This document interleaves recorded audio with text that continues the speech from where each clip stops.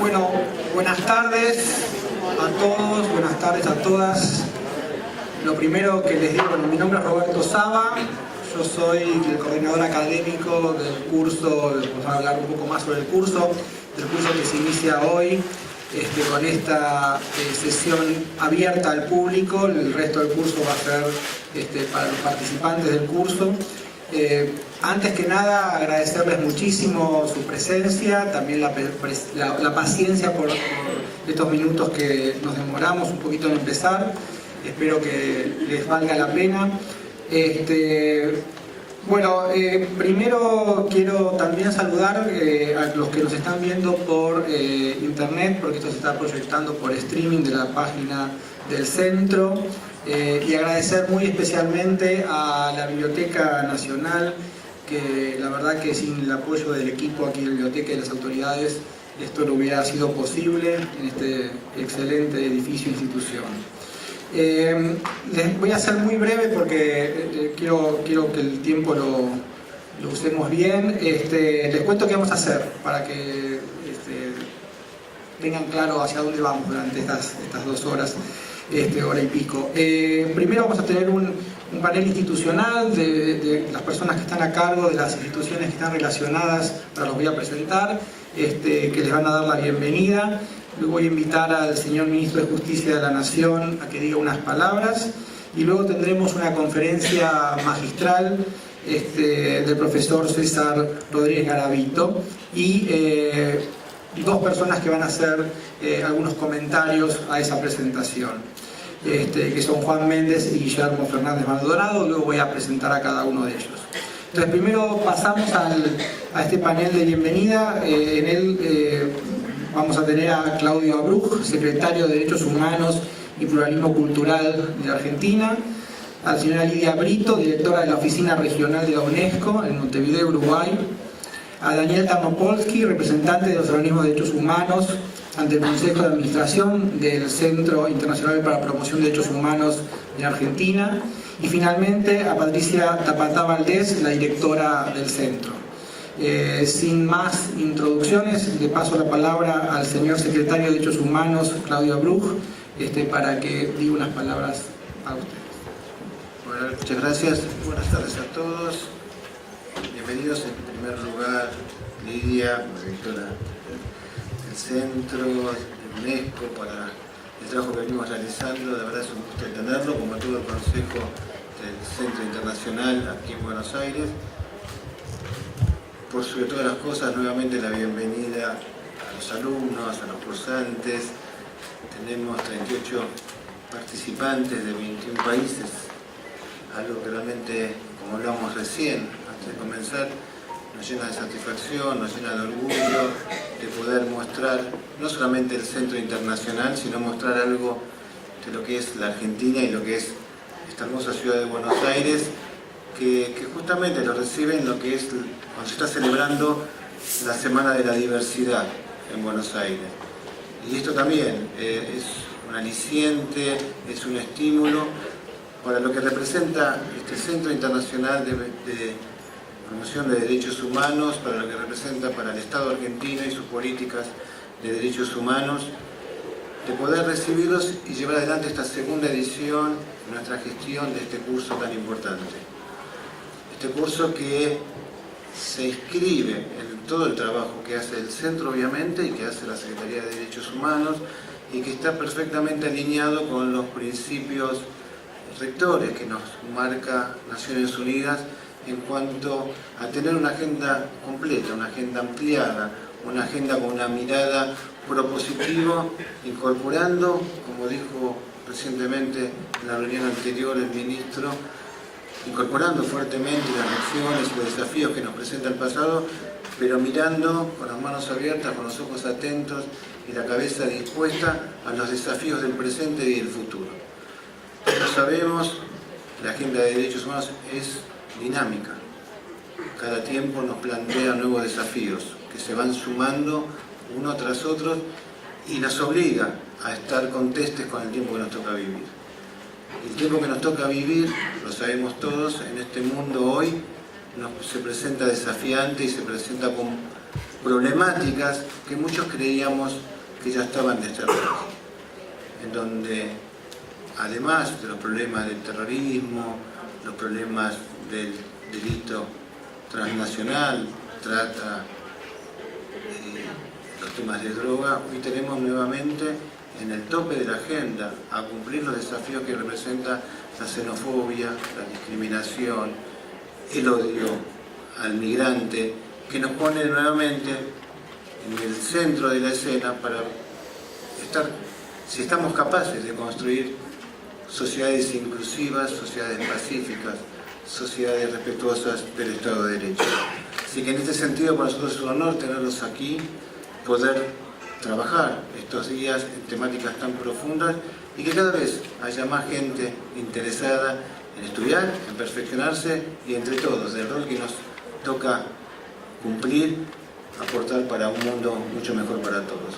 Así que bienvenido, que sea una muy buena jornada de trabajo estos días que comienzan hoy y bueno, a trabajar. Muchísimas gracias.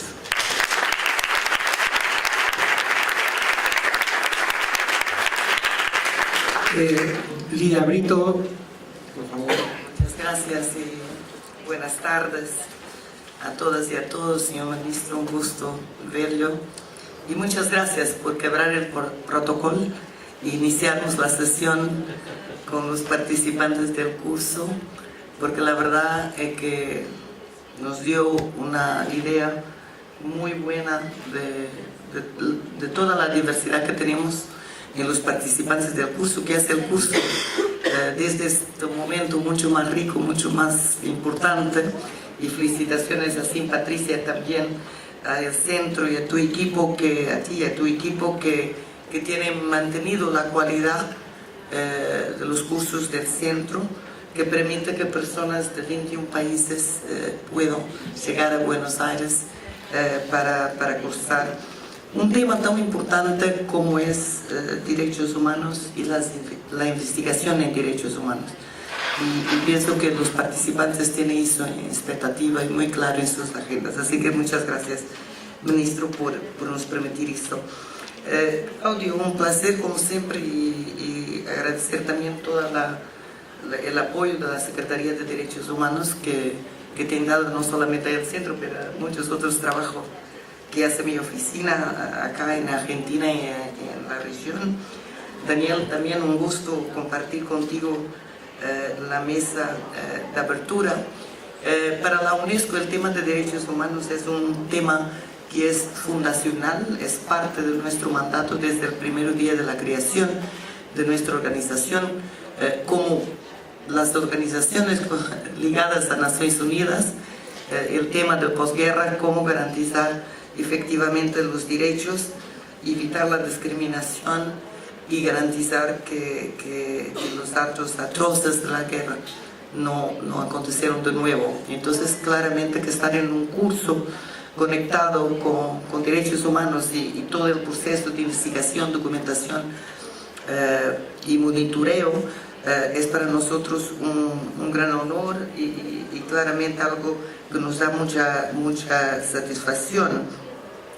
Y esa satisfacción es todavía más grande, no sé si se dice así en español, en castellano, se dice en portugués, pero la verdad es que tenemos el Centro Internacional de Promoción de Derechos Humanos, que es el primer centro de categoría 2 de la UNESCO que trata el asunto de derechos humanos en una perspectiva regional e internacional.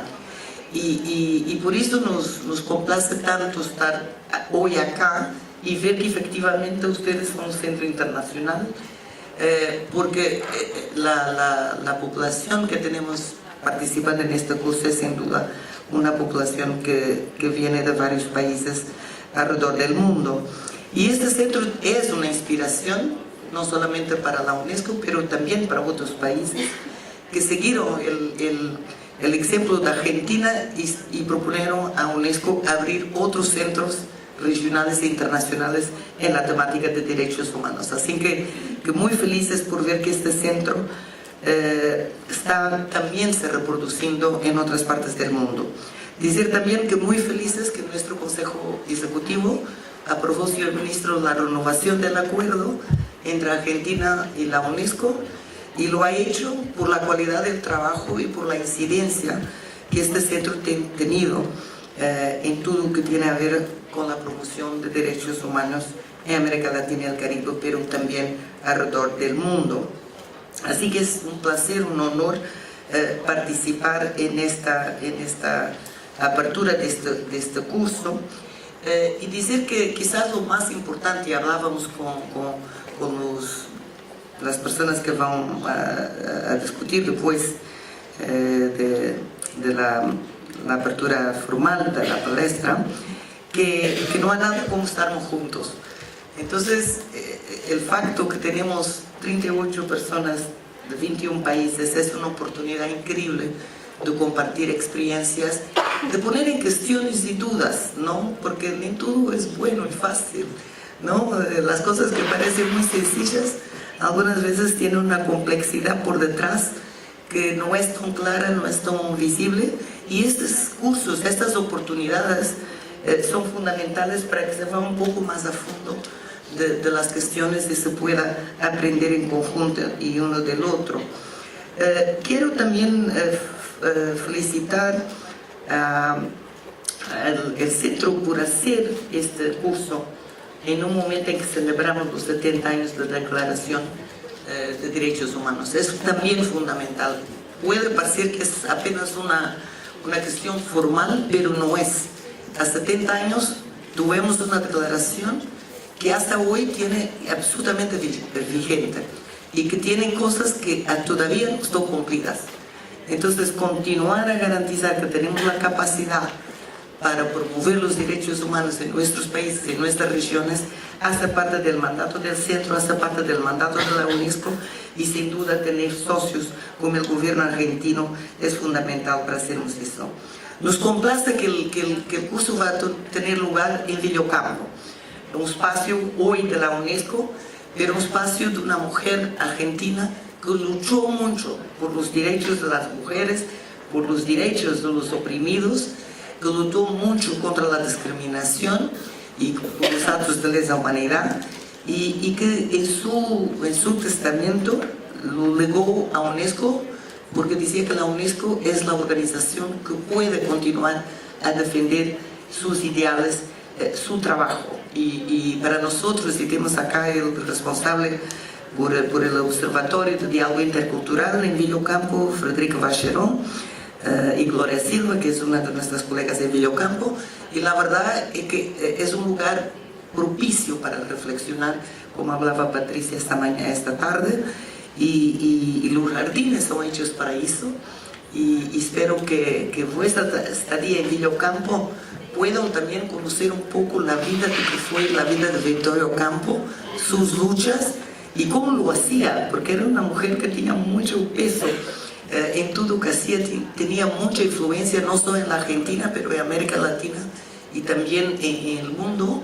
Y la verdad, también ser en Villocampo es una oportunidad para ustedes de conocer un poco más la historia argentina, pero también como intelectuales argentinos tuvieron influencia también en otras partes del mundo, que es una de las fortalezas que tenemos en Argentina.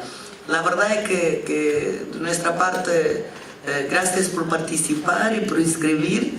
Ustedes son seleccionados de un grupo muy grande de personas que aplicaron, así que quiere decir que ustedes son muy buenos, o que hacen el curso también con bastante promesa de ser un curso muy especial, pero disfruten vuestro tiempo, y la verdad es que es un gusto estar con ustedes, y deseo que el curso sea todo muy bien, y gracias por esta oportunidad de dar las bienvenidas. Muchas gracias.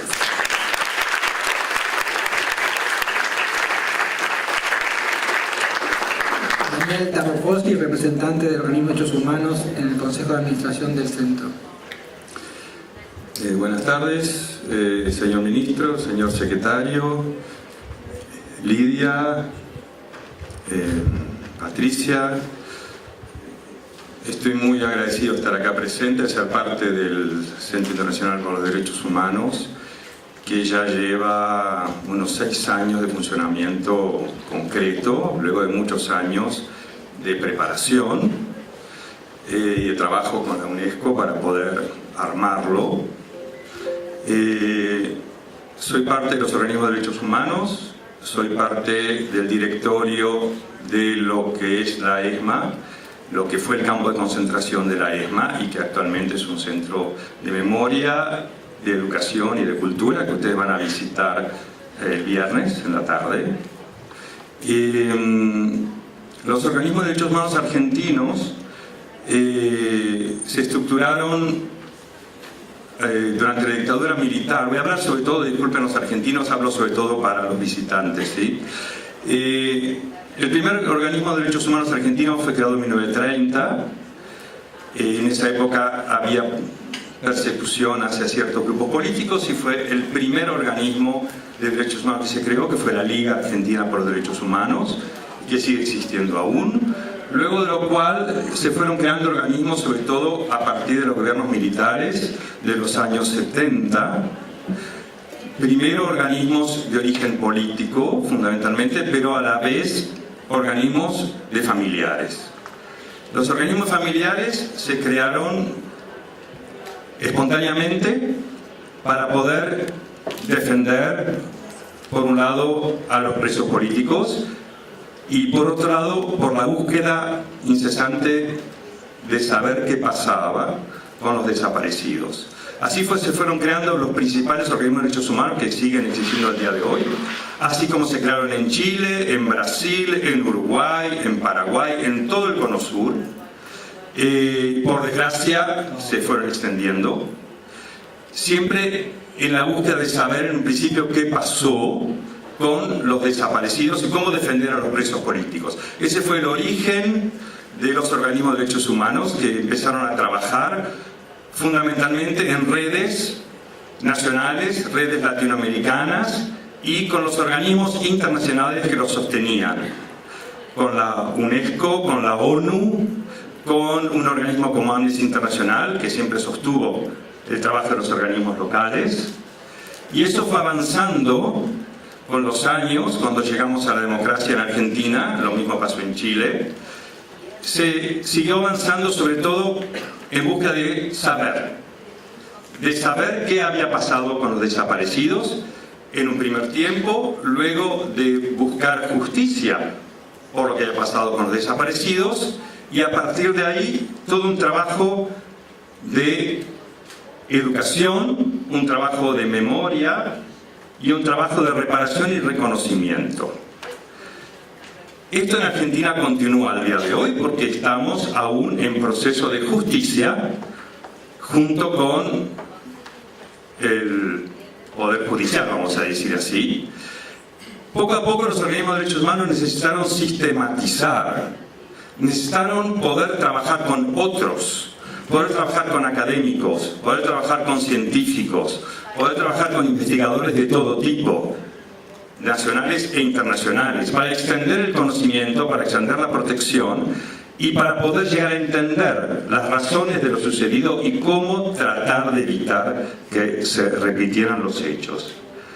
De esa manera se empezó a trabajar, por ejemplo, voy a dar dos ejemplos específicos que me vienen en mente en este momento, todo el trabajo del grupo conocido como Abuelas de Plaza de Mayo, que son señoras, madres de mujeres embarazadas, secuestradas embarazadas, y que se suponía que habían tenido a los nietos en cautiverio y que esos nietos habían sido entregados a otros criadores. Las abuelas empezaron a trabajar con científicos hasta que lograron en un principio encontrar lo que lo llamamos el gen de la abuelidad, es decir, cómo reconocer en el ADN que una persona es nieta de otra persona. También en el trabajo avanzaron mucho con el EAF, que tenemos acá uno de sus representantes que le va a dar curso a ustedes, en todo el reconocimiento, todo el trabajo de reconocimiento de cadáveres NN. Para los organismos de derechos humanos fue indispensable poder empezar a trabajar de esta manera para abrir el campo, para no quedar encerrados, para poder entrar en interacción con todo el mundo científico y académico que ayudó. Lo mismo sucedió con el Poder Judicial, nacional e internacional, porque se logró avanzar inclusive en el cambio de leyes, crear la figura del detenido desaparecido, que no existía en un principio, la figura del delito permanente, que no existía en un principio. En un principio en Argentina había que juzgar solamente si había un cuerpo, es decir, se podía probar que había habido asesinato. Poco a poco se empezó a cambiar la legislación y se puede juzgar por el delito permanente de desaparición. Son acciones fundamentales donde los organismos no pueden quedar encerrados y que tienen que trabajar abiertos hacia la sociedad, hacia todos los estamentos de la sociedad, a nivel nacional y a nivel internacional. Tampoco nos podemos quedar en la historia. Los organismos de derechos humanos estamos obligados a avanzar hacia el hoy, porque las situaciones actuales en el mundo no son las mismas que hace 30, 40 años. Estamos hoy en Latinoamérica sufriendo la migración económica a partir de Honduras, económica y de persecución, a partir de Honduras hacia el norte. Nadie sabe qué va a pasar con ese movimiento humano, que repite lo que sucede en África, que se tiran al mar para llegar a las costas de Europa. Y repite lo que pasa en Siria, donde tratan de huir de las guerras hacia Europa. Es decir, los movimientos migratorios tienen tanto de origen económico como de origen político o de guerras. Nosotros, los organismos de derechos humanos, estamos obligados de evolucionar para poder sostener dentro de nuestras posibilidades las situaciones actuales. Y ese es nuestro deber y esa es nuestra tarea. Y por eso participamos en el centro. Y fundamentalmente, para concluir, lo que quiero decir es que nosotros, quienes formamos parte de los organismos de derechos humanos, lo hacemos, debo reconocerlo, primero que nada por razones de necesidad personal. El trabajo en los organismos de derechos humanos nos reivindica a nuestras víctimas y nos permite seguir adelante. Nos permite salir del encierro y nos permite sentir que podemos ir más allá de la barbarie con justicia. Porque nunca un miembro del organismo de derechos humanos levantó la mano para hacer justicia propia. Muchas gracias.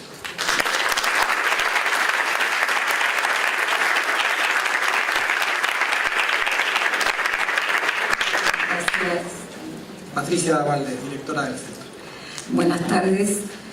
Voy a tratar de pasar algunos mensajes más institucionales para quienes no conocen al centro. Nuestra misión es promover a nivel internacional la prevalencia de los valores de la vida, la libertad y la dignidad humana como condición esencial para la vigencia de los derechos humanos y la convivencia entre los pueblos.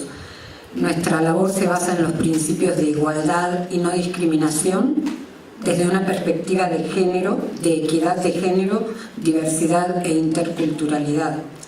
Apelamos al patrimonio cultural como un canal de construcción de identidad de los pueblos y de preservación de la memoria, y concebimos a la educación en derechos humanos como un elemento clave para una cultura de convivencia y ejercicio democrático y para la práctica de los derechos. La agenda de trabajo que nos propusimos incluye acciones de cooperación y desarrollo en otros países y con otras instituciones, la producción de conocimiento para alimentar las prácticas de los actores estatales y de la sociedad civil en la protección de los derechos y el desarrollo de canales de información y comunicación para cumplir esta tarea de promover los derechos humanos. En suma, en el Centro Internacional aspiramos a contribuir que el mundo sea un poco mejor, porque los derechos atropellados de individuos y grupos nos desafían cada día, sobre todo cuando estos se producen al amparo del surgimiento y la extensión de discursos que no solo justifican, sino que promueven abiertamente, también en nuestra región, la represión y la exclusión de quienes piensan distinto y por eso ingresan a la categoría de opositores, de los diferentes, de los migrantes y de los pobres. ¿Qué hacemos entonces con los derechos humanos? ¿Son ellos solo parte de un mundo ideal? ¿Constituyen la utopía inalcanzable que nos moviliza para defenderlos cada día? El centro tiene vocación de apertura al mundo internacional, a los nuevos problemas que se plantean para la vigencia de los derechos humanos y a generar iniciativas novedosas en este campo. Nosotros queremos promover un debate desde la gran riqueza de la experiencia argentina, tanto al abordar los temas de nuestro pasado doloroso en tiempos del terrorismo de Estado, como en la ampliación posterior del aprecio por los derechos humanos en el nivel social. Pero estamos abiertos a otras voces y a otras preguntas que nos confrontan con realidades complejas y nuevas que preferiríamos considerarlas ajenas a la región. Pero la ola conservadora y de retroceso en el aprecio a los derechos humanos que llega a América Latina se combina y se encuentra con situaciones previas de grave violencia estatal contra la población en países como Nicaragua y Venezuela, y la instalación de violencia social con niveles alarmantes en países de Centroamérica y en Brasil. Desde un centro ubicado en este país, la Argentina, nos hemos propuesto fortalecer la Agenda 2030 a través de proyectos que buscan generar herramientas para cooperar en buscar soluciones a los problemas más acuciantes que tienen todos su base en la desigualdad. Lo hacemos a través de muchos proyectos, no me voy a extender aquí, abordamos el tema de la movilidad humana y las ciudades, buscamos hacer visibles las estrategias de ciudades que procuran incluir a los que son más vulnerables, ensayamos modos creativos de registrar las memorias a través de un proyecto nuevo que vamos a lanzar muy pronto, que se llama Memorias Situadas.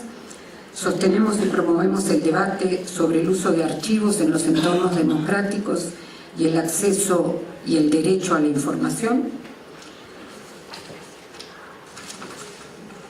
Promovemos el ejercicio de pensar y argumentar y generar capacidad crítica entre los estudiantes con los concursos de simulación de audiencias temáticas y también los ejercicios de asambleas de la ONU. Y finalmente hacemos posible el aprendizaje entre pares, pero entre pares que están a la mitad de sus carreras y que tienen responsabilidades en órganos del Estado y liderazgo en la sociedad civil a través de los cursos internacionales como el que hoy inauguramos. El año pasado tuvimos nuestro primer curso, elegimos el tema de los derechos humanos como ideal universal, marcando los desafíos y las nuevas realidades, y ahora queremos profundizar en un tema que vuelve a ser urgente y que por un cierto tiempo había sido como puesto a un costado, que es el tema de cómo investigar, cómo construir evidencia, cómo llegar a tener casos que puedan ser sometidos a los tribunales de justicia de manera exitosa. Solamente a todos gracias por acompañarnos en este inicio del segundo curso internacional. Y vamos a ver todo.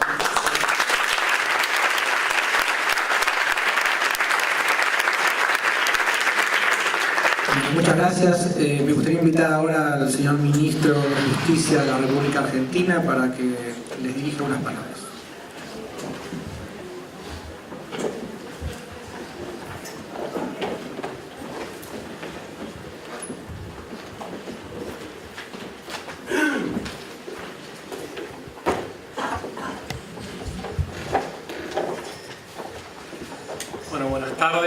Buenas tardes a todos. Ya los participantes tuvimos la suerte de compartir recién unos momentos y poder intercambiar algunas miradas.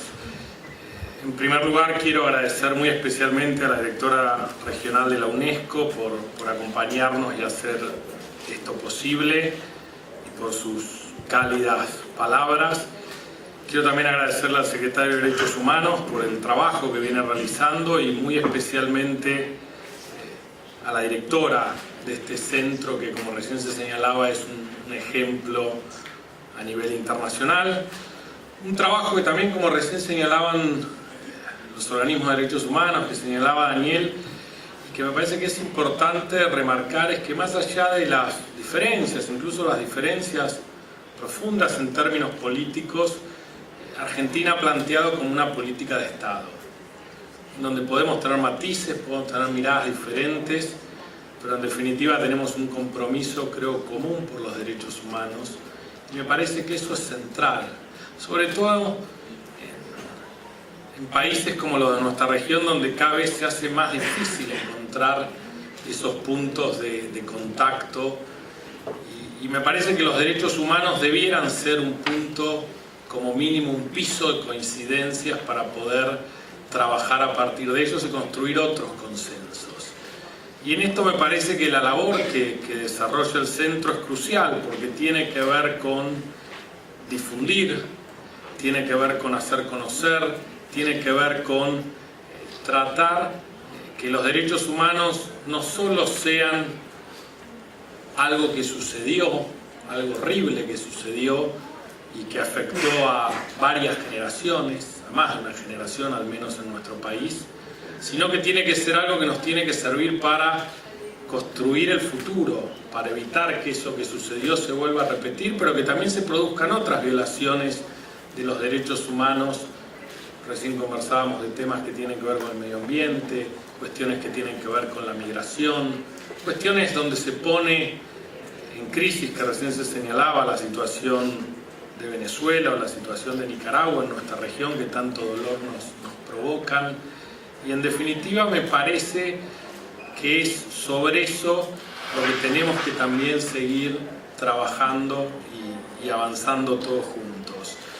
El curso que esta vez se plantea, además, me parece que es un curso que a lo mejor es muy específico, muy técnico, pero es de una relevancia central. A mí me ha tocado llegar a la temática de los derechos humanos desde la justicia. En realidad yo venía del Poder Judicial y de trabajar en áreas vinculadas a la reforma del sistema judicial.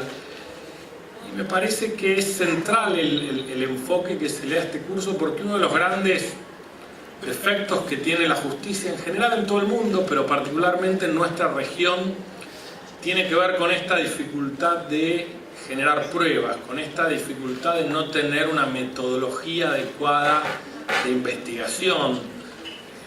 Hoy a la mañana estábamos con Martín Bomer, que es el director nacional que se encarga de las relaciones con las universidades, que es un académico de primera línea. Y él ya hace muchos años planteaba además esto ya no como una mirada que tiene que ver solo con la justicia, sino en general con el mundo del derecho. Es como que los abogados muchas veces nos quedamos tan atrapados a la ley, a los textos, a la dogmática, que nos olvidamos de la realidad, de qué sucede en la realidad, de cómo se acredita, cómo se verifica cosas que sucedieron en la realidad. Y en el caso de los derechos humanos esto es particularmente sensible, porque generalmente uno está investigando, y recién lo señalábamos, hechos que sucedieron en el pasado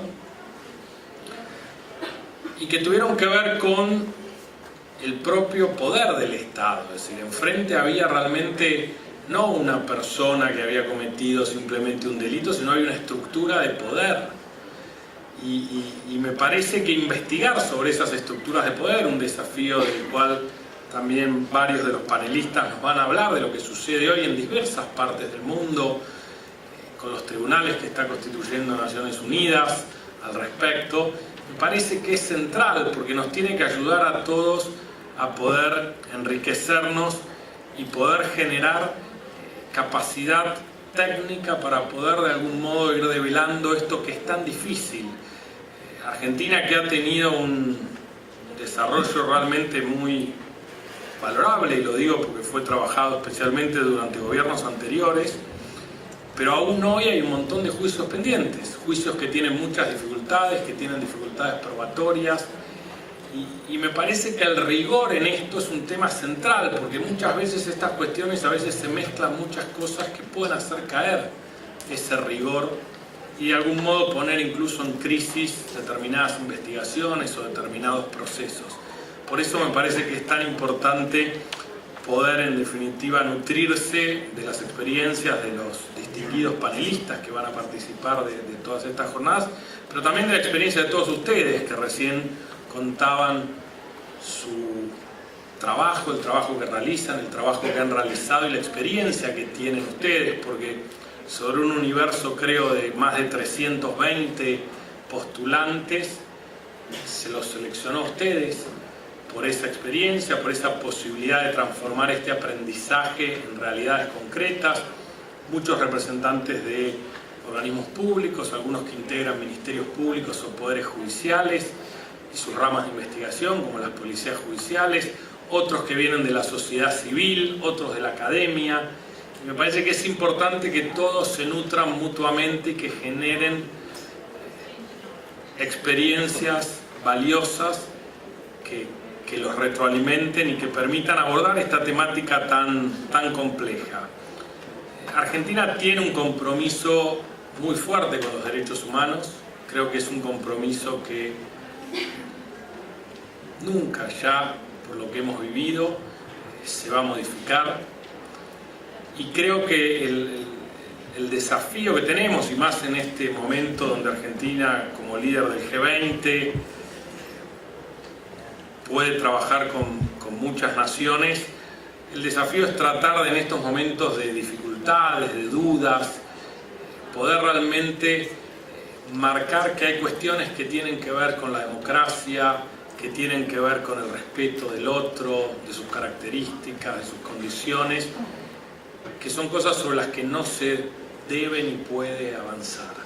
Me parece que en eso la labor que está desarrollando este centro va en línea con lo que el gobierno argentino pretende y ha hecho durante estos 2 años, pues más allá de críticas que se han efectuado, el gobierno ha sostenido una política de Estado, ha permitido un desarrollo fuerte de muchas de las acciones vinculadas a los derechos humanos, ha brindado su apoyo a organismos como la Comisión Interamericana de Derechos Humanos y otros organismos regionales para seguir fortaleciendo esto más allá de los matices, para que nunca más, y ustedes van a estar, como recién señalaba, en la ex-ESMA, en este lugar donde tantas atrocidades se han cometido, para que realmente nunca más se violen los derechos humanos en nuestro país. Gracias.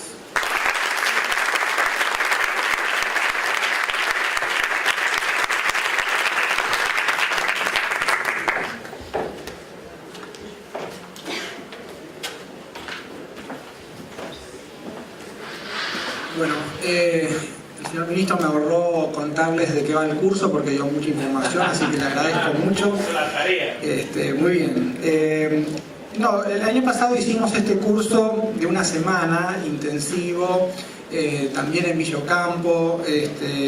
Recibimos más de 300 postulaciones y seleccionamos también unos 35 participantes. Este año se repitieron los números. Pero decidimos que esta primera sesión del curso, en lugar de ser cerrada para los participantes, fuera abierta a la comunidad. Digamos, aquí hay un montón de gente y también se está proyectando por streaming. Y queríamos que también fuera una sesión sustantiva. Por eso, además de las bienvenidas y las presentaciones institucionales que ponen en contexto este curso, invitamos a uno de los pensadores intelectuales que yo considero más importantes en el mundo y en América Latina sobre la temática de los derechos humanos. Me refiero al profesor César Rodríguez Garavito. Él es un profesor, para los que no lo conocen, aunque creo que muchos de ustedes ya lo conocen, profesor colombiano, director del Centro de Estudios Jurídicos y Sociales de Justicia, con sede en Bogotá, y director del Programa de Justicia Global y Derechos Humanos de la Universidad de los Andes. César Rodríguez Garavito tiene una trayectoria enorme. No voy a dar su currículum, hoy toda la información sobre los profesores la podemos encontrar fácilmente. Lo que les voy a decir es que César está dando clases en la Universidad de Nueva York sobre estos temas. Lo invitamos para que participe de esta sesión con nosotros en persona. Él está en Nueva York y los asesores de la universidad le dijeron que esta semana que si salía para dar esta clase en persona, era muy probable que no pudiera volver a entrar por cuestiones migratorias. Con lo cual optamos por conservar la participación de César, pero online, con todo el esfuerzo que eso significa de parte de él, de parte también de ustedes, pero me parece que va a ser interesantísimo para todos nosotros escuchar a César en esta conferencia que nos va a dar sobre... César, ¿dónde estás? Ahí estás.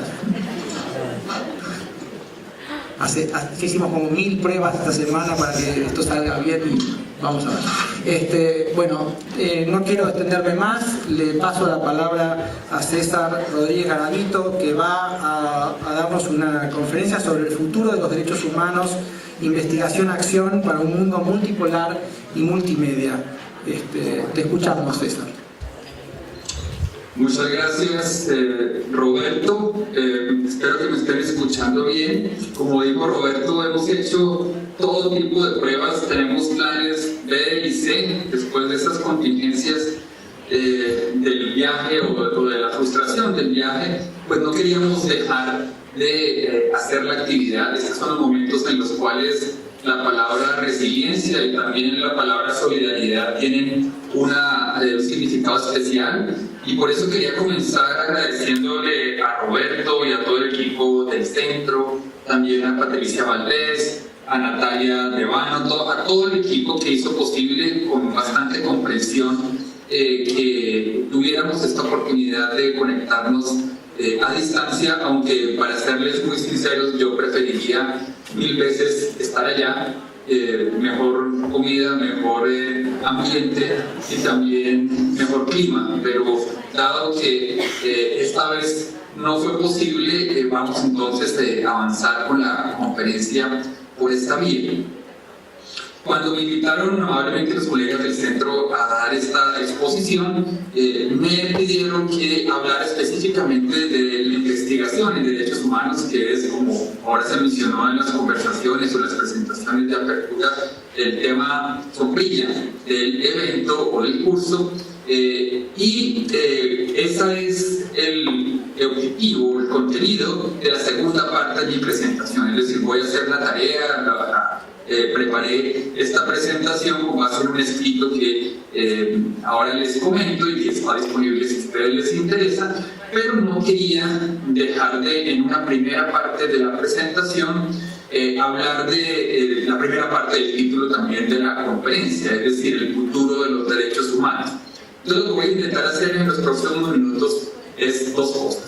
Uno, ofrecer una visión rápida necesariamente, pero espero que provocadora, del futuro de los derechos humanos y una síntesis del debate muy enconado que se está dando en diferentes partes del mundo sobre el futuro de este campo de investigación y de incidencia.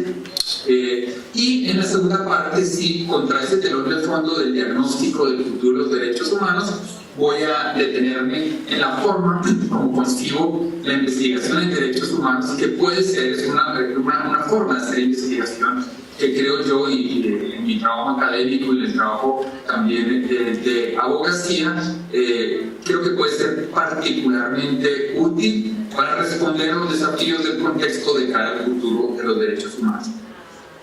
Muy bien, entonces comencemos con el diagnóstico o este debate sobre el futuro de los derechos humanos. Yo escribí un texto para la revista Sur y ahora estoy aquí en parte en Nueva York escribiendo el libro que sale de este proyecto inicial sobre el futuro de los derechos humanos, y lo que constata quien mire la literatura reciente sobre este debate es que hay mucha ansiedad. Hay un momento, y obviamente no tengo que referirme, o sí me quiero referir, pero no tengo que recordarle aquí a nadie la ansiedad adicional que crean los resultados de las elecciones ayer en Brasil, que son un retroceso gigante para los derechos humanos potencial en la región y potencialmente en el mundo.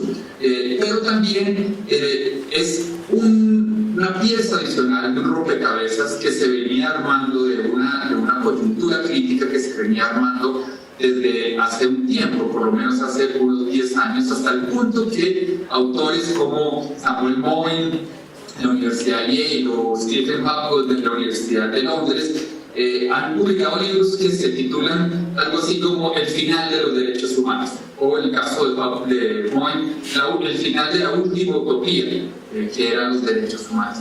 Ese es como el clima en una parte de la academia y también en alguna parte del activismo y la incidencia y el debate público de los derechos humanos, que ve este momento como un momento de crisis del campo de los derechos humanos.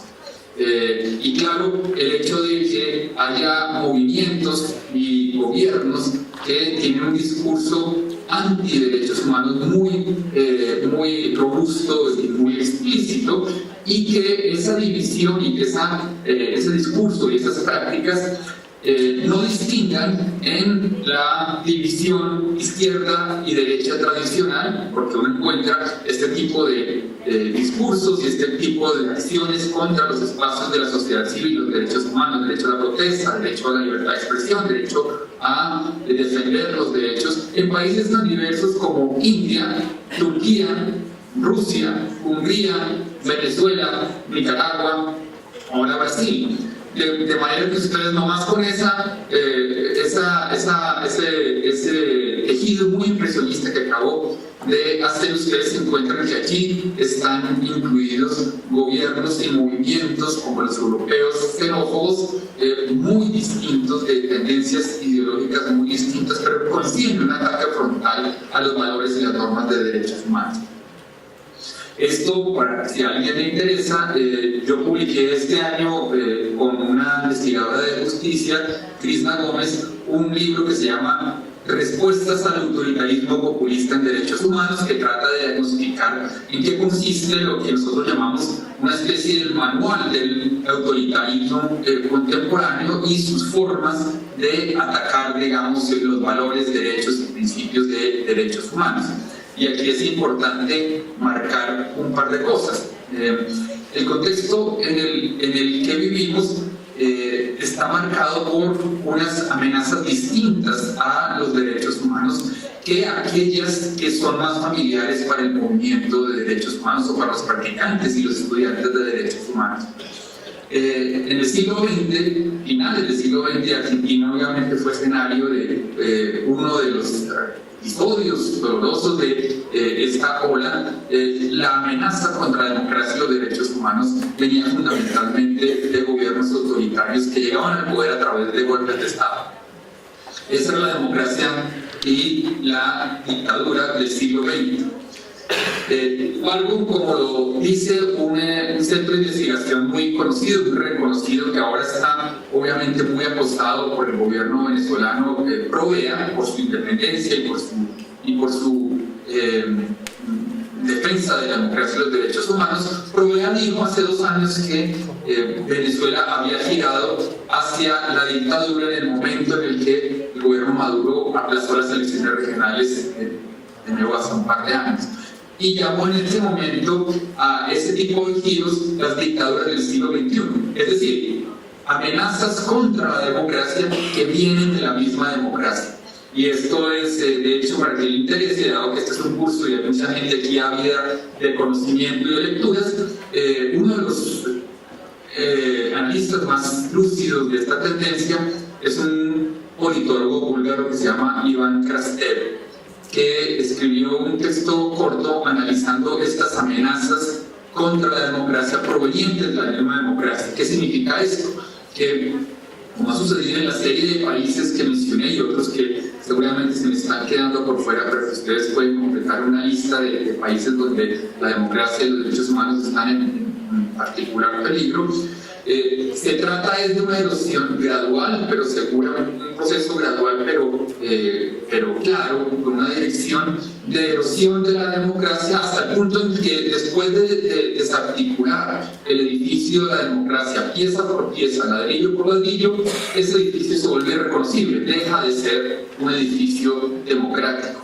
Tal vez el precursor y el mejor ejecutor en el sentido perverso de la palabra de esta estrategia ha sido Viktor Orbán en Hungría. Hungría es un país pequeño, 10 millones de habitantes, parece relativamente menor en Europa, pero ha sido fundamental en sentar, digamos, el mal ejemplo de cómo se destruye poco a poco una democracia, primero ocupando las cortes, después ganando mayorías en el Congreso de manera semi-fraudulenta, después legislando y cambiando la Constitución, hasta el punto que hoy en día, lamentablemente, Hungría es la punta de lanza, digamos, de la xenofobia y de lo que el mismo Orbán dijo que era su aspiración de desarrollar y perfeccionar una democracia iliberal. Y aquí voy cerrando por lo menos el diagnóstico del tipo de regímenes que nos preocupan a todos los que estamos comprometidos con el estudio y la defensa de los derechos humanos alrededor del mundo, haciendo alusión a un texto también corto y muy útil de un politólogo, profesor de la Universidad de Princeton, Jan Werner Müller, que se titula ¿Qué es el populismo? Él utiliza el populismo en una acepción muy específica, más contemporánea y con intereses, digamos, de comparación global. Es un uso, claro, distinto al de, por ejemplo, tiene la palabra en muchos lugares de América Latina, con toda la discusión tradicional sobre el populismo latinoamericano, pero independientemente de la etiqueta que uno le dé a este tipo de regímenes, hay dos pilares que se encuentran en todos ellos. Uno es el antielitismo, una renuncia y una rebelión, mejor, contra el establecimiento, contra la élite, definida de manera muy distinta. Voy a utilizar de nuevo el ejemplo de Brasil ayer. La élite es vista como el establecimiento corrupto de los gobiernos anteriores que había que remecer a cualquier costo, incluso el costo potencial de los derechos humanos. O en el caso de Venezuela, pues la élite definida como una combinación de la sociedad civil, supuestamente en alianza con agentes extranjeros para desestabilizar a la patria, como decía Maduro. Y utilizo deliberadamente ejemplos de derecha e izquierda para que se note cómo este desafío atraviesa esa ideología o esa distinción ideológica tradicional. Pero obviamente hay muchos movimientos progresistas y el discurso de derechos humanos tiene una aspiración, de hecho, antielitista en muchos sentidos. Es decir, por ejemplo, todo el paquete de derechos sociales, económicos y culturales son una afirmación igualitaria, y Roberto tiene un excelente libro sobre el derecho a la igualdad que lo muestra en términos teóricos y jurídicos, una aspiración igualitaria que puede incluir un elemento antielitista, digamos, anti-exclusivista en sus aspiraciones morales. Por eso es que ese elemento antielitista no es suficiente para caracterizar a los regímenes que nos preocupan hoy en día y que nos van a preocupar de ahora en adelante en esta visión del futuro de los derechos humanos. El segundo componente de este paquete populista, en este término como utiliza Müller, es el antipluralismo. Y este es el que quisiera diseccionar con un poquito más de detalle, porque es el que nos debe preocupar más hoy en día. ¿Qué significa esto? Que estos regímenes tienen como característica esencial una afirmación moral, y es una distinción tajante entre ellos y nosotros, entre el pueblo real de un lado, como lo llaman muchos de estos líderes, y el resto de los habitantes de un país que no son el pueblo real, que son las élites, o como dijo Theresa May, la primera ministra británica, durante la votación del Brexit, llamando a todos los que votaban en contra que votaban en contra del Brexit, es decir, que votaban para que el Reino Unido se quedara dentro de la Unión Europea. Decían, bueno, esta gente que vota, que quiere quedarse en la Unión Europea, son estos cosmopolitas que son supuestamente ciudadanos del mundo y por tanto no son ciudadanos de ninguna parte. O como lo dijo Erdogan, el presidente de Hungría, en una ocasión en el Parlamento, gritándole a los representantes del Parlamento de la oposición, él dijo esta frase que es insuperable en su parsimonia. Nosotros somos el pueblo. ¿Quiénes son ustedes? ¿Quiénes son ustedes? Es decir, ustedes ya reconocen aquí discursos similares en otros países. Ustedes son los medios de comunicación de las noticias falsas, ustedes son los enemigos de la patria, ustedes son, en India por ejemplo, ustedes son los musulmanes que van a corromper a la nación hindú, ustedes son los inmigrantes que nos van a invadir a la nación cristiana, como en Hungría, etc. Y es esa afirmación moral tajante de la oposición entre grupos que son el pueblo real, que son ciudadanos reales, y el resto, que muchas veces está dividido en 50% y 50% en algunos de estos países, lo que representa un desafío enorme para los derechos humanos, porque por supuesto si hay algún valor esencial a los derechos humanos como marco moral, es la afirmación según la cual todas las personas son titulares de derechos por ser seres humanos independientemente de su filiación política, de su género, de su raza, etc. Es contra este telón de fondo de un retroceso posible, de un retroceso real y una posible expansión de esta ola, digamos, contra los derechos humanos, que yo quisiera dejar planteados un par de desafíos adicionales antes de entrar específicamente al tema de la investigación-acción. El mundo, la razón por la cual hay ansiedad, hay incluso cierto pánico entre los analistas y entre algunos practicantes de los derechos humanos, es que este cambio que estoy mencionando, la ola autoritaria populista, como uno lo quiera llamar, pero ahora antiderechos humanos, no es el único cambio estructural que está sucediendo en este momento en el mundo. A esto se suman otros cambios estructurales que están sucediendo al mismo tiempo y se suman y a veces se combinan con los efectos y las causas del proceso que acabo de mencionar. Los menciono apenas porque no tengo tiempo de desarrollar. Y aquí ustedes pueden ver, si les gusta el trabajo de Yuval Harari, el historiador global israelita, que ha escrito esos libros bien populares de Homo sapiens de Sapiens y Homo Deus, publicó hace poco este libro más corto de 21 lecciones para el siglo XXI, y yo creo que ahí destina un par de desafíos estructurales que son igualmente importantes y van a tener la misma profundidad de impacto sobre el futuro de los derechos humanos. Uno es la disrupción tecnológica, es decir, el hecho de que, como pregunta Harari en una entrevista que le hicieron hace poco, es, bueno, en el futuro por la biotecnología y por el hecho y por la inteligencia artificial vamos a tener algunas personas con capacidades superhumanas, entonces debería haber derechos para superhumanos.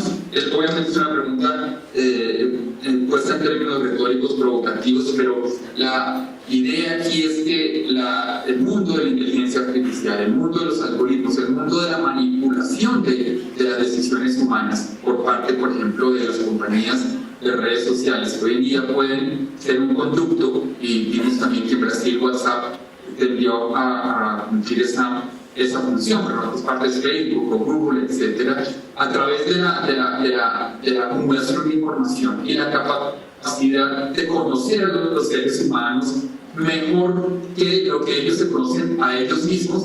Esto pone en entredicho, y esto me lo Harari, la idea misma del sujeto liberal, que puede decidir cómo votar, que puede decidir qué comprar, si está inserto en redes de información que manipulan su conducta, como en efecto la viene manipulando algunas redes sociales. Y la segunda línea de disrupción es los desafíos sistémicos, es decir, desafíos sistémicos que se llaman los problemas endemoniadamente difíciles, como se llaman en ciencias sociales, como el cambio climático. Hace 2 semanas tuvimos el nuevo informe del panel intergubernamental del cambio climático, y sabemos hoy en día que en términos reales tenemos 12 años para evitar un escenario realmente catastrófico de 1.5 grados de calentamiento sobre el nivel preindustrial. Este tipo de desafíos, reitero, tienen impactos directos y profundos sobre las posibilidades, obviamente, de mantener los valores de derechos humanos, sobre las estrategias de derechos humanos, sobre el tipo de organizaciones de derechos humanos que serían necesarias para enfrentar esos desafíos, y en general sobre la forma de pensar y de actuar los derechos humanos. No tengo tiempo para desarrollar las respuestas, a eso estoy dedicado en buena parte ahora escribiendo sobre posibles lecciones que uno puede sacar de otros campos de conocimiento, de otros campos de práctica, desde toda la ciencia sobre la conducta humana, la biología evolutiva, la economía de la conducta, etc. etcétera, hasta campos de conocimiento que han evolucionado muy rápido, campos de práctica profesional, perdón, que han evolucionado muy rápido, como el periodismo, y para tratar de extraer lecciones de cómo otros campos han intentado responder a desafíos similares, porque, y esta es la única buena noticia, aunque mal de muchos consuelo, de tontos, pero el mismo tipo de desafío, el mismo tipo de sentido de crisis que vemos en derechos humanos se está percibiendo en otros campos de investigación y de práctica social. Dejo ahí el futuro simplemente diciendo que yo no adscribo ni a la visión apocalíptica del final de los derechos humanos que tiene Mo y lo que tiene Outward, pero tampoco adscribo a la respuesta que tienen infortunadamente muchos actores de derechos humanos que sostienen que hay que seguir haciendo más de lo mismo. Es decir, hay que seguir sacando informes de derechos humanos, haciendo estrategias tradicionales como litigio, como abogacía frente a las entidades universales de la ONU o regionales del sistema interamericano. Obviamente todo eso tiene lugar y sigue siendo importante, pero no es suficiente. Y para terminar este segmento con la idea de Yuval Harari, en esta entrevista para un podcast le preguntaban que si los que han leído Harari de pronto saben que, de acuerdo con su visión, los seres humanos hemos sido dominantes en el planeta Tierra porque somos capaces de inventar historias que nos permiten cooperar unos con otros. La historia de la globalización, la historia de la democracia, la historia del comercio internacional. Es decir, creemos en ficciones, es decir, que por ejemplo que todos creemos en una moneda de cambio, que el dólar es una forma de hacer equivalentes los valores globales, o que los derechos humanos, como dijo y escribió Carlos Nino, que es el mejor invento de la modernidad, pero es un invento. Entonces, la historia inventada ya hace unos siglos no puede seguir vigente, y se sigue siendo Harari, si no se reconfigura, si no se reinventa. Es decir, esa historia no aguanta, no sostiene, no puede mantenerse viva bajo las condiciones de estos desafíos múltiples, políticos, geopolíticos, el ascenso de nuevas potencias, China, Rusia, etc., tecnológicos y, por último, desafíos sistémicos planetarios como el cambio climático. Ojalá en este taller y a partir de sus lecturas, de sus estudios, ustedes puedan desarrollar o explorar formas específicas de responder por lo menos algunos de sus desafíos en algunos de sus lugares de trabajo, porque, repito, estoy convencido que con más de lo mismo los derechos humanos infortunadamente no van a mantener su vigencia, y esa tarea es urgente, la tarea de renovación de las prácticas, las narrativas, las formas de hacer activismo e investigación en derechos humanos.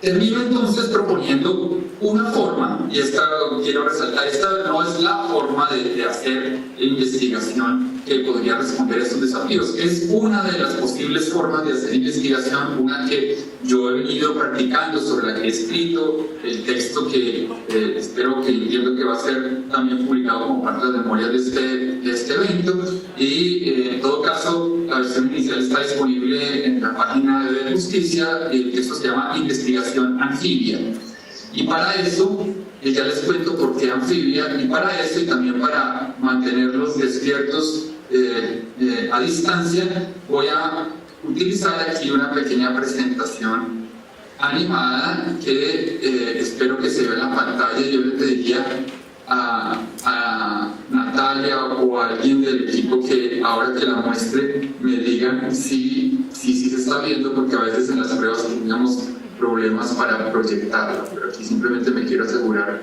que vaya a funcionar. Ahora, ¿la ven? Sí, sí, está.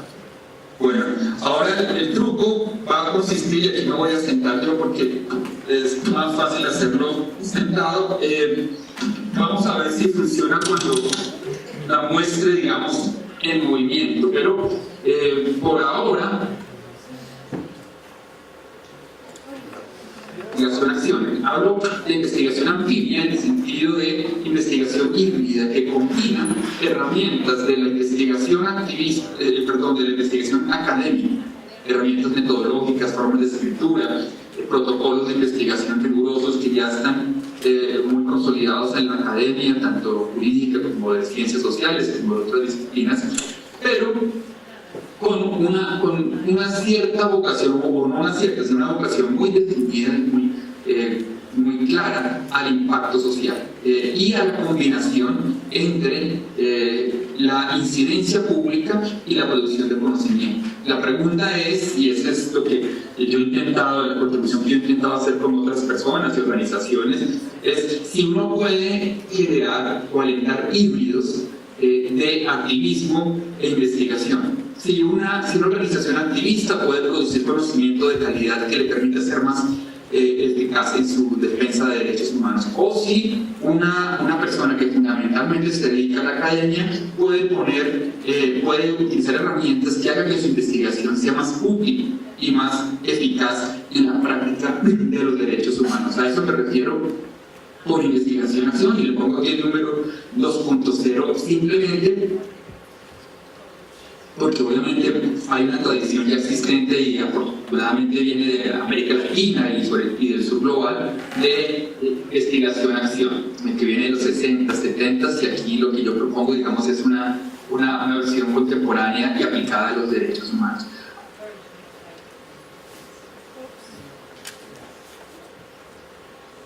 César, no te escuchamos,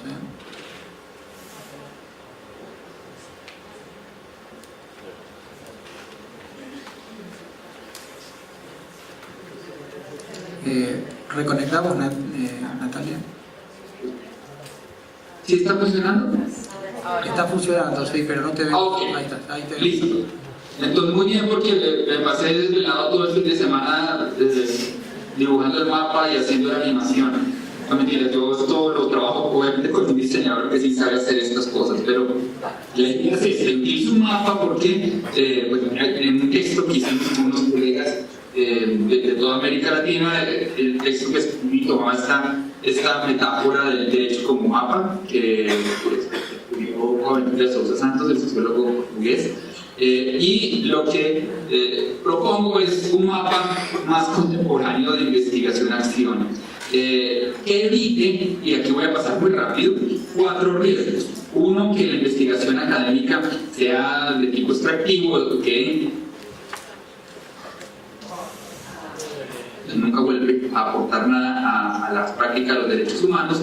2, un riesgo concomitante, y es que los estudios hechos por activistas, por organizaciones de práctica de derechos humanos, incluso por organizaciones gubernamentales o defensorías, etcétera, tengan menos impacto porque no siempre están acompañados de protocolos de investigación de nivel académico. En tercero, esto implica muchas veces que buena parte de la práctica de derechos humanos más interesante que tiene lugar en la periferia, en las regiones, se pierda porque no es documentada, no es legitimada en términos de investigación académica. Y por último, dado que la producción de conocimiento académico sigue una geopolítica muy clara con dominio del norte global, si no se hace un esfuerzo por integrar la investigación-acción en lugares como los nuestros, en nuestros países, es posible que todo este trabajo, o mucho de este trabajo, no tenga la visibilidad necesaria. Y aquí de nuevo aprovecho para decir que en Argentina hay dos esfuerzos concomitantes que yo no conocía cuando escribí ese texto de investigación anfibia, pero que van en la misma dirección hasta el punto de usar la misma palabra. Una es la colaboración que de pronto algunos conocen entre la revista Anfibia, entre académicos y periodistas, justamente para lograr legitimar un espacio intermedio de investigación y comunicación. Y el otro es el trabajo pues bien conocido de Maristela Svampa, que tiene también una propuesta afín de investigación con activismo, que de hecho en algún texto ella también llama anfibia. Para avanzar rápidamente y mostrar esto en términos gráficos, voy a utilizar esta metáfora que usa un sociólogo bien conocido de la Universidad de Berkeley que se llama Michael Burawoy, que ha hecho mucho trabajo en Sudáfrica. Y escribió un texto muy bonito sobre un centro de investigación que se llama SISWOP, que queda en la Universidad de Wits en Johannesburgo.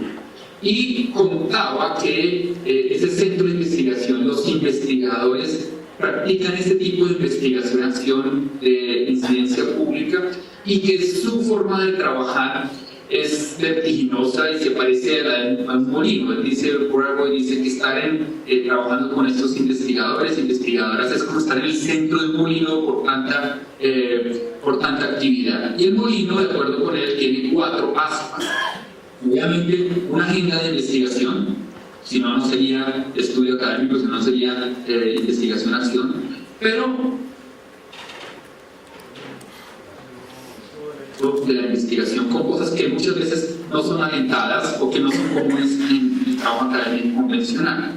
El segundo es intervenciones públicas, es decir, una aspiración de intervenir en medios de comunicación, en debates públicos, en debates incluso de políticas públicas, a través de formatos diversos que saquen de la academia, de la torre de marfil, esos contenidos académicos. Tercero, una participación en debates sobre políticas públicas, también legislación, sobre las reglas de juego que sean iluminadas por la práctica activista o la práctica en derechos humanos y la investigación. Y por último, un trabajo de creación institucional. Y las instituciones no tienen que ser nuevas universidades, ni nuevas facultades, ni nuevas ONG necesariamente. Puede ser un curso como este que ustedes están haciendo, que ya se está, digamos, ya es una institución, un espacio para fomentar ciertos tipos de reflexión y de investigación en derechos humanos. Ahora, Burawoy, y aquí tomo entonces su idea, sostiene que la investigación-acción no consiste en ninguna de estas aspas en particular, sino en este movimiento, en el hecho de que es la rotación de estas actividades, de la combinación creativa y dinámica de estas actividades, es aquella en la que consiste la investigación-acción. Y así como los molinos de viento convierten el viento en energía, los investigadores actores, los investigadores practicantes, convierten energía intelectual en energía práctica, en ideas, en propuestas, en reformas, en acciones específicas.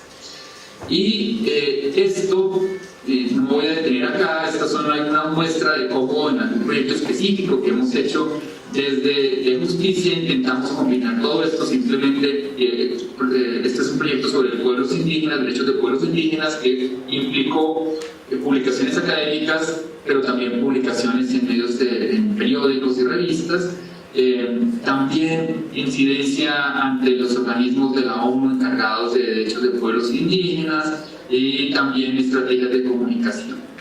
Y lo que sí me quiero detener es en las complicaciones de esta tarea, porque ustedes se pueden estar preguntando muy razonablemente, bueno, pero ¿cómo se hace todo esto al tiempo? Es bastante difícil ya hacer un buen trabajo académico o un buen litigio o un buen informe de derechos humanos o alguna de estas actividades de las 4 aspas.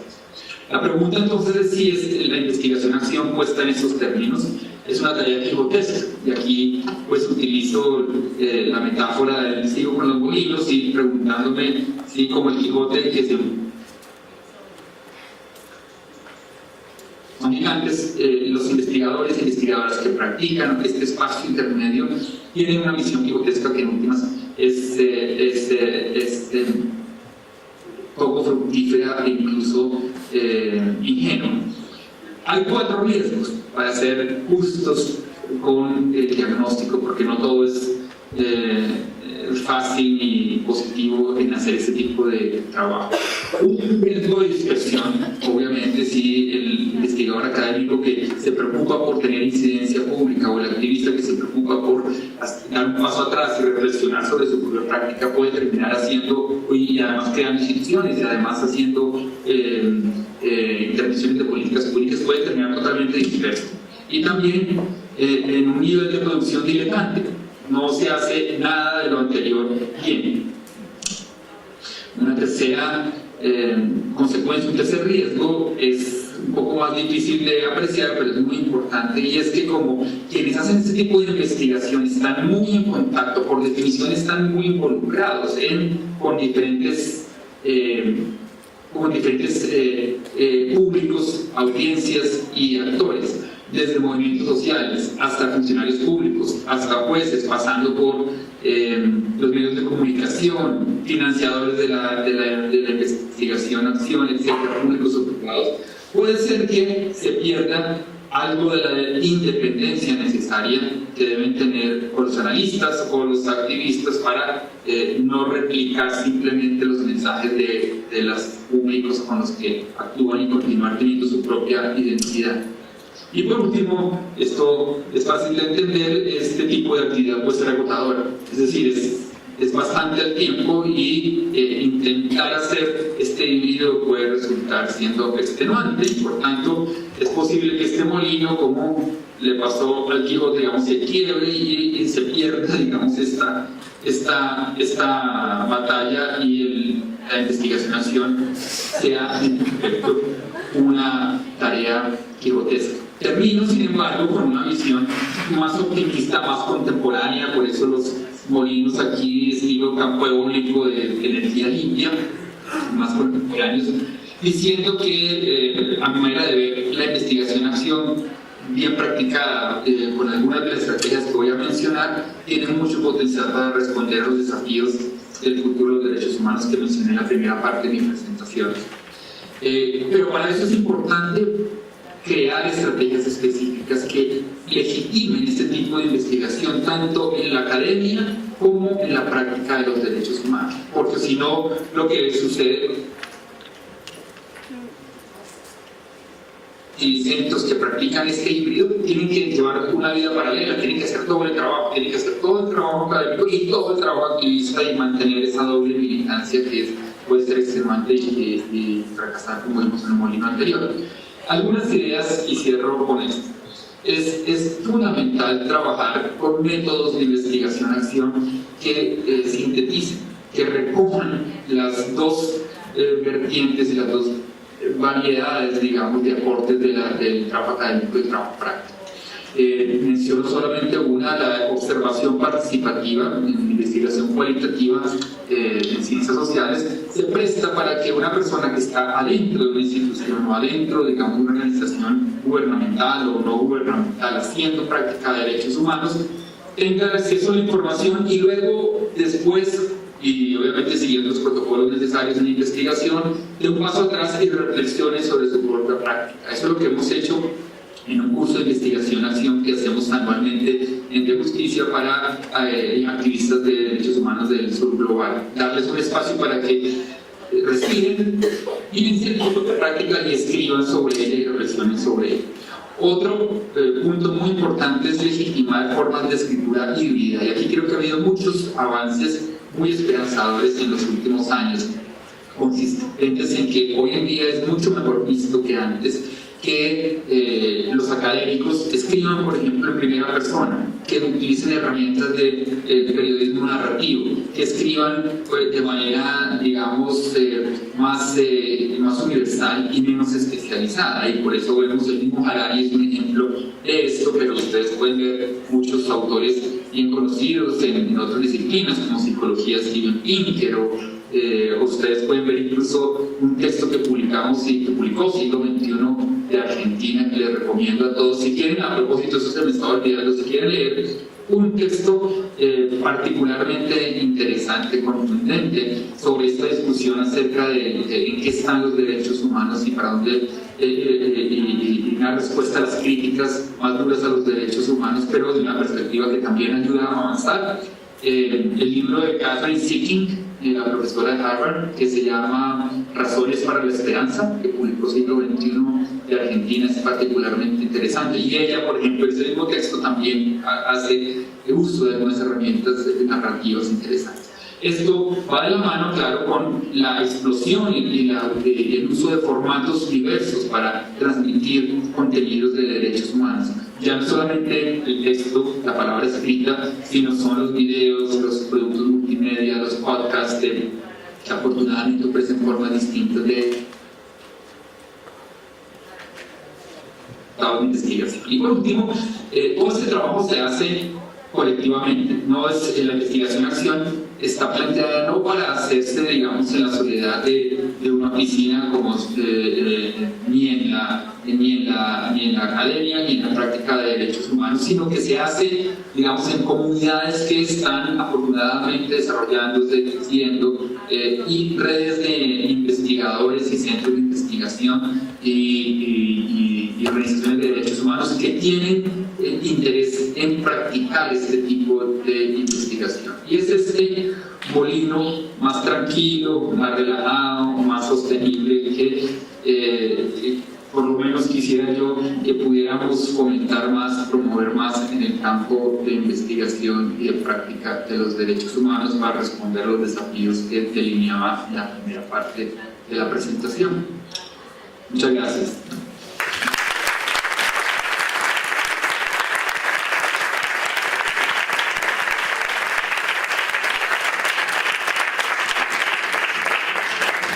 Muchas gracias, César, la verdad que fue excelente y creo que nos dejó un montón de ideas para los que seguimos con el curso y para los que no también en sus trabajos.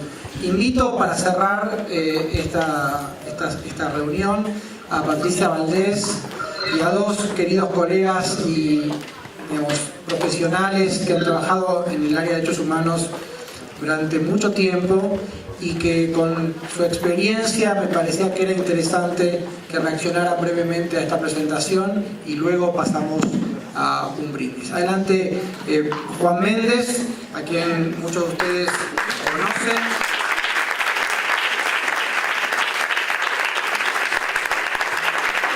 Querido amigo Juan Méndez, ex-relator de Naciones Unidas, ex-relator hasta hace muy poco, de Naciones Unidas sobre tortura y otros tratos y penas crueles, inhumanas y degradantes, profesor de Derechos Humanos en American University en Washington, y Guillermo Fernández Maldonado, representante adjunto de la oficina en Colombia del Alto Comisionado de Naciones Unidas para los Derechos Humanos. Muchísimas gracias a ambos por haber aceptado esta invitación a cerrar esta sesión del curso abierta pública con algunas breves reflexiones sobre la presentación de César y el tema del curso. Gracias. Sí, solamente gracias a Juan y a Guillermo.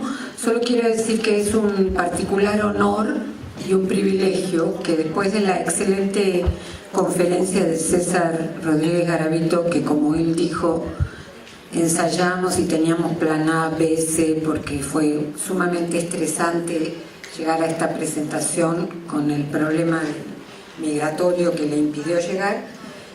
Creo que el cierre, que en mi caso particular dos colegas y antiguos amigos, tuve el privilegio de trabajar con Juan Méndez cuando yo era defensora de derechos humanos en el Perú y él una persona muy activa, es director de Human Rights Watch America, y conocí a Guillermo Fernández Maldonado en el año 92 en la Comisión de la Verdad para El Salvador, donde trabajamos juntos. Sin más, entonces unos breves comentarios de parte de cada quien. ¿Quién quiere empezar? Bueno, muchas gracias por la presentación y especialmente muchas gracias por la invitación. Es un gran honor comentar el trabajo de César Rodríguez Garavito y una gran dificultad también, porque ustedes pudieron apreciar la riqueza de lo que él dijo y cualquier comentario que hagamos no le va a hacer justicia. Sin embargo, quiero de todas maneras cumplir con ustedes y empezar por el tema del futuro de los derechos humanos. Yo creo que los trabajos críticos del movimiento de derechos humanos que César mencionó adolecen de una dificultad importante, que se concentran en las organizaciones más visibles de los derechos humanos, y aún con ellas un poco injusta la crítica de Samuel Moyn, por ejemplo, pero de todas maneras lo que quiero decir es que el movimiento de derechos humanos no se reduce a esas organizaciones muy visibles y no le hace justicia la crítica esa a el trabajo de todos los días en situaciones muy estresantes y hasta peligrosas que activistas de derechos humanos, hombres y mujeres, hacen cotidianamente el movimiento ha adquirido una riqueza y una diversidad muy grande y que no se puede reducir la crítica de esa manera. De todas maneras, no quiero parecer defensivo, porque sí creo que la crítica es siempre bienvenida y que el movimiento de derechos humanos ha sabido primero ser defensivo, pero también asimilar la crítica y mejorar. Por ejemplo, en el tema del autoritarismo, de las formas novedosas de violación de los derechos humanos desde la democracia, me hicieron acordar a las contribuciones al tema de la calidad de la democracia, a la cotidianeidad del ejercicio de la democracia, de que politólogos como el muy recordado Guillermo O'Donnell hicieron, que sirvieron de mucho a los nuevos desafíos del movimiento de derechos humanos, especialmente durante las transiciones a la democracia en América Latina. Yo creo entonces que las críticas son bienvenidas y confío además en que el movimiento de derechos humanos sabrá asimilarlas, pero lo más importante me parece que es el aporte que hace César, porque lo hace desde el interior del movimiento de derechos humanos y no desde una perspectiva crítica externa, sin compromiso con la lucha de los derechos humanos. En ese sentido, aunque hay que escuchar todas las críticas, incluso las que vienen de afuera del movimiento, me parece que las que hacen intelectuales como César son mucho más útiles que las otras a las que hemos aludido.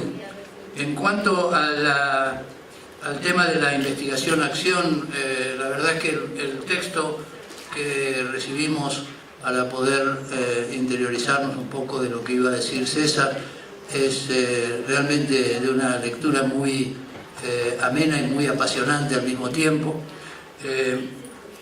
Me parece muy útil el énfasis en la investigación-acción, porque la investigación en derechos humanos es específica y es particularmente necesario relacionarla con la acción de promoción y de defensa de los derechos humanos, ya sea a través de la justicia o a través de la incidencia sobre políticas públicas o sobre la opinión pública misma, que también tenemos que tenerla de nuestro lado. Esa investigación-acción no le cambia el contenido a la necesidad del rigor metodológico y científico, al contrario, lo hace todavía más importante, pero también está relacionado el rigor científico con la posibilidad del uso y de la incidencia en políticas y también en las medidas concretas de defensa y de promoción de los derechos humanos a las que debe servir esta investigación. No quiere decir que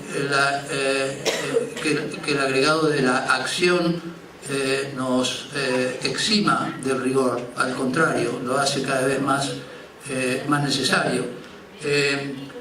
Me pareció importante las citas que hizo César a Orlando Falsborda, a Richard Kapuscinski y más contemporáneamente a la misma Catherine Sickick, porque creo que son ejemplos de trabajo intelectual desde el interior de los derechos humanos y también con la insistencia, por un lado en el rigor, pero también en la comunicación y en la participación de los protagonistas del movimiento de derechos humanos, específicamente de las víctimas de violaciones de los derechos humanos. Y me parece importantísimo lo que dice César sobre la necesidad de la comunicación y de la transmisión, porque en el fondo, aunque necesitamos profesionalizar la investigación, también necesitamos dar voz a las víctimas de violaciones de derechos humanos y a los protagonistas reales del cambio social que el movimiento de derechos humanos busca. Y en ese contexto, entonces, combinar rigor metodológico con un lenguaje claro y llano es la manera de empoderar, como se dice ahora, precisamente a las colectividades de víctimas y de protagonistas del movimiento de derechos humanos que queremos servir. Me parece una gran oportunidad para mí, especialmente el haber aprendido hoy en esta hora en la que nos ha tocado escuchar a César, y me permite también abrigar la esperanza de aprender mucho en los próximos días con todos ustedes en este curso. Muchas gracias.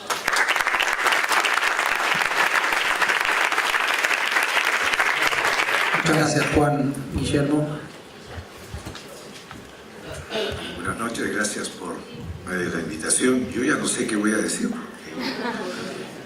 Con lo dicho acá uno queda realmente más para reflexionar.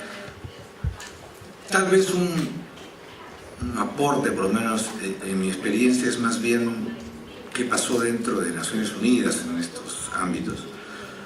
Y ha habido una evolución increíble. Pues no, creo que no hay que perder de vista, como de alguna manera se ha planteado ahí, cómo se ha ido enfrentando a retos en un ámbito que era absolutamente reservado para los Estados. Quien ha roto ese paradigma ha sido el tema de derechos humanos, aprobado por los mismos Estados. Y se ha ido aprendiendo en el camino. Recordará Patricia, en la Comisión de la Verdad de El Salvador, todo estaba por inventarse. Ahora hay justicia transicional, verdad, justicia, reparación, todo está, pero en ese momento no estaba en ese momento. Y cuando se empezaba la capacitación en la misión de Naciones Unidas para Guatemala, que empezó solo verificando derechos humanos, uno además se daba cuenta, un poco en la línea con lo planteado ahí, todo lo que llegaban nunca habían tenido una experiencia, por lo menos de verificación en Naciones Unidas. Había parte que venía de sociedad civil, con experiencias muy diferentes, pero venían policías y militares, incluso del mismo país. Entonces imagínense viendo activistas de derechos humanos y policías y militares argentinos, o de Colombia, o etc. Pero un poco en el tema de fondo es, ¿y cómo se hace? ¿Cómo se verifica el tema de derechos humanos? Y luego la pregunta más en la línea, ¿para qué? ¿Es para hacer un informe para la Asamblea General o el Secretario General? Y en eso felizmente también se ha evolucionado mucho, y precisamente en la línea planteada aquí. Es decir, voy a dar el ejemplo más cercano, que es el de Colombia. Tenemos un informe anual al Consejo de Derechos Humanos y tenemos 17 oficinas en el terreno. La información que se obtiene es para utilizarla en ese momento con quien tiene que tomar decisiones que va a afectar en la vida de la gente en ese momento. Luego se hará un informe y tomará cuenta el Consejo de Derechos Humanos. Pero ahí hay una dialéctica inmediata de, al final, no confundir herramientas con objetivos finales. Y el objetivo final es cambios en la vida de la gente. Pero sin embargo, y un poco en la línea de ahí, cómo ha evolucionado esto y las oportunidades, por lo menos dentro de Naciones Unidas, de obtener información precisamente para ese fin. Voy a dar otro ejemplo de cómo se pueden perder oportunidades, como fue señalado aquí.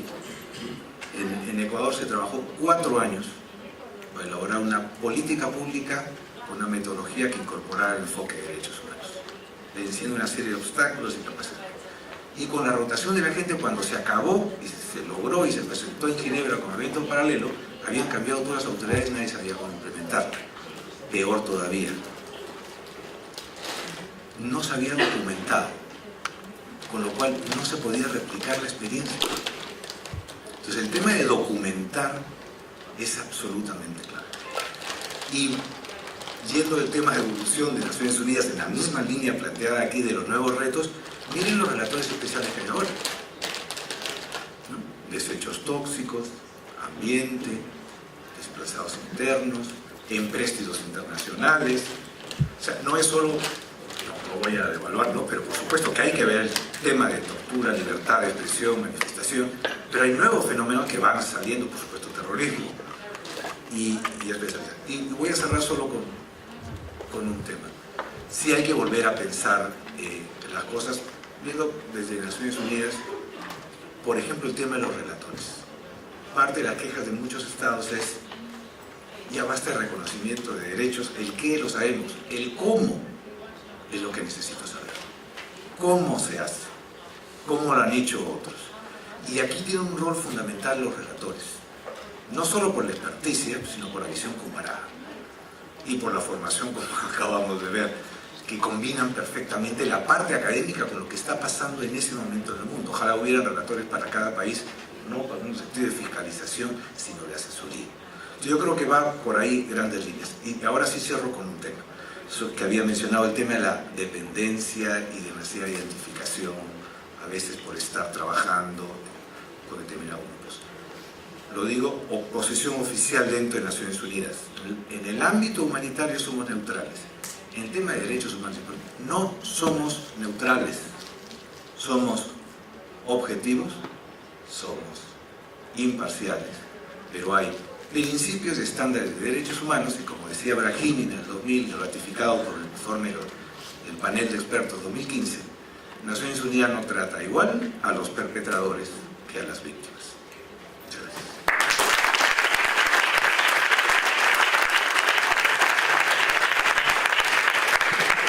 Bueno, sin más, agradecer a la Biblioteca Nacional en la persona de su directora Elsa Barber, agradecer al público, agradecer a los profesores que vinieron desde tan lejos para este curso e invitarlos a comer algo rico y a brindar. Muchísimas gracias por esta tarde.